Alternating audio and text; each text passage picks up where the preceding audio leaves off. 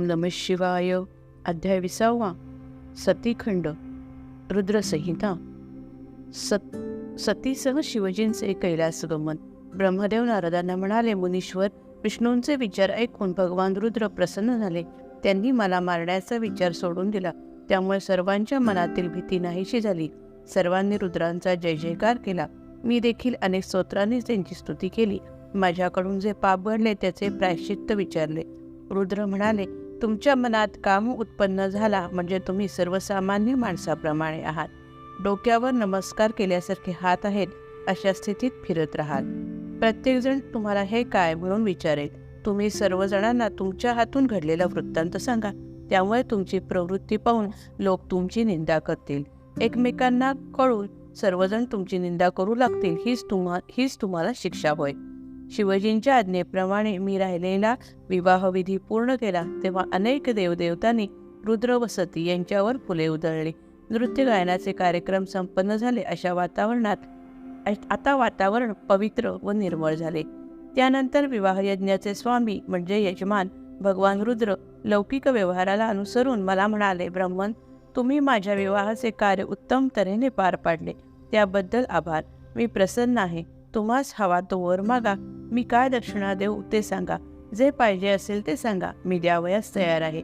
मी त्यांना नमस्कार केला आणि म्हणालो, माझे मागणे हेच आहे की तुम्ही याच वेदीवर नित्य स्थित राहून मानवाच्या पापाची शुद्धी करा.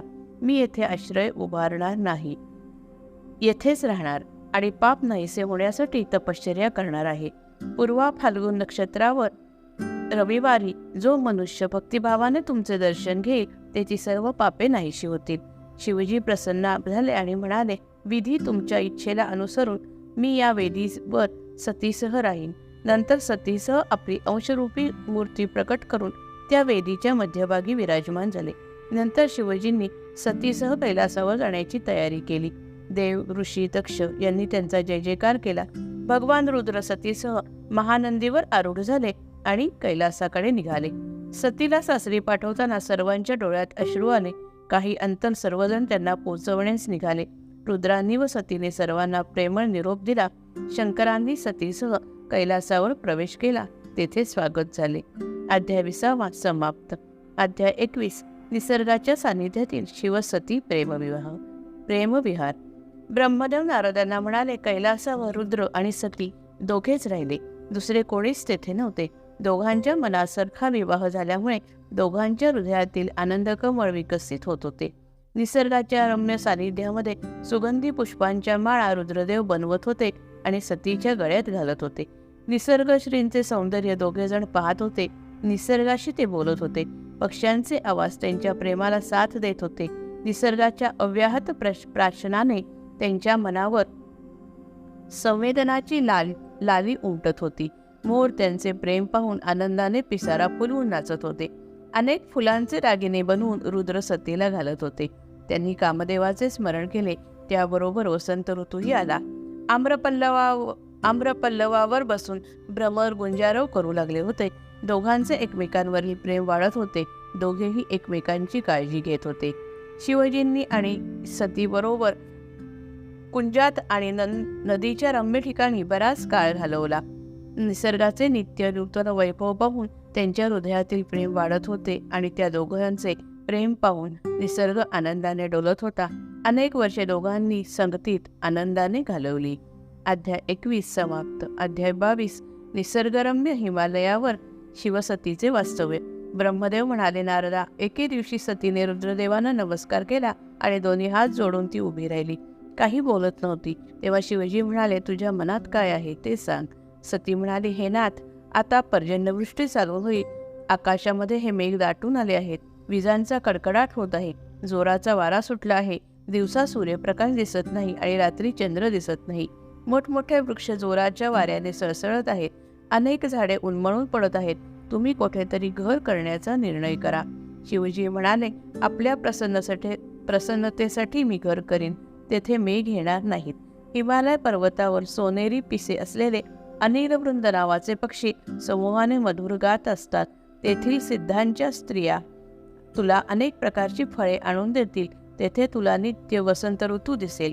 हिमालयाचा सर्व परिसर मानसादी सरोवरांनी व इतर जलाशयांनी सुशोभित आहेत. त्यात विविध रंगाची कमळे फुललेली असतात. रुद्रदेव सतीला बरोबर घेऊन हिमालयाच्या शिखरावर गेले. ते स्थान अतिशय रम्य होते. विविध फुलांच्या रांगा फुललेल्या होत्या. तेथे चक्रवाक, हंस, क्रौंच पक्षी विहार करीत होते. ते अत्यंत रमणीय ठिकाणी सती आणि शिवांनी वास्तव्य केले. अध्याय 22 समाप्त. अध्याय 23 भक्तीचा महिमा आणि नवविधा भक्ती.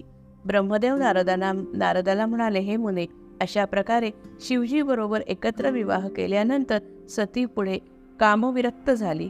तिने भगवान शिवजींना नमस्कार केला आणि म्हणाली, आपण दिनांचा उद्धार करणारे आहात. संपूर्ण विश्वाचे आपण स्वामी आहात. तुम्हाला नमस्कार असो.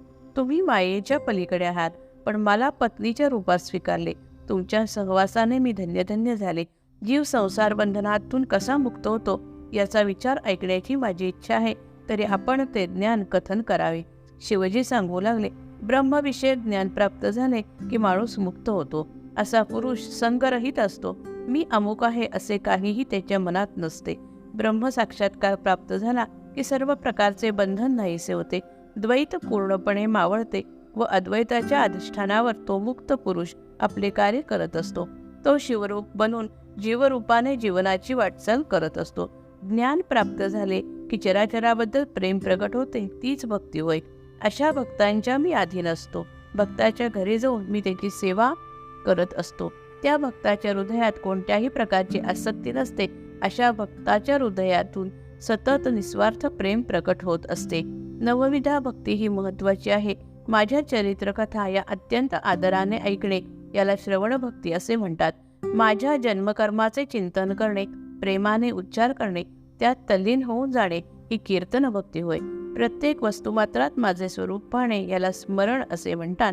सकाळपासून रात्रीपर्यंत सदैव भगवंताची सेवा करणे याला सेवन असे म्हणतात. आपणास प्रभूचे दास समजणे आणि त्याची सेवा करणे हे दास्य होय. षोडशोपचारे ईश्वराचे पूजन करणे याला अर्चन म्हणतात. आपल्या इष्टदेवतास वंदन करणे याला वंदन म्हणतात. आपणास जे भोग भोगावे लागतात ते ईश्वराच्या सत्तेमुळे हे जाणणे ही सख्य भक्ती होय. सर्व जीवन मला अर्पण करून राहणे याला आत्मसमर्पण म्हणतात. भक्त जसा माझ्यावर प्रेम करत असतो त्याप्रमाणे मी देखील भक्तावर प्रेम करत असतो. भक्ती मार्ग हा सोपा आहे.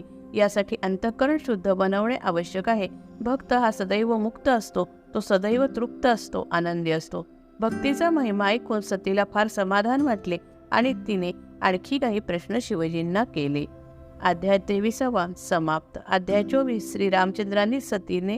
श्रीरामचंद्रांची सतीने घेतलेली परीक्षा. नारद ब्रह्मदेवांना म्हणाले, हे मुने, भगवान शंकर आणि सती या दोघांच्या आयुष्यातील पुढील घटनांचे वर्णन सांगा. ब्रह्मदेव म्हणाले, शिव आणि सती यांनी व्यवहाराचा आश्रय घेऊन बराच काळ एकत्र घालवला. एके दिवशी शिव आणि सती वृषभावर बसून त्रैलोक्यात फिरण्यासाठी निघाले. ते प्रारंभी भूलोकी आले. तेथून दंडकारण्यात आले. शिवजी सतीला त्या परिसरामध्ये सौंदर्य स्थळे दाखवून माहिती देत होते. पुढे त्यांना राम लक्ष्मण दिसले. रावणाने कपटाने सतीचे हरण केले होते म्हणून राम लक्ष्मण तिचा शोध घेत होते. रामाला शोक अनावर झाला होता.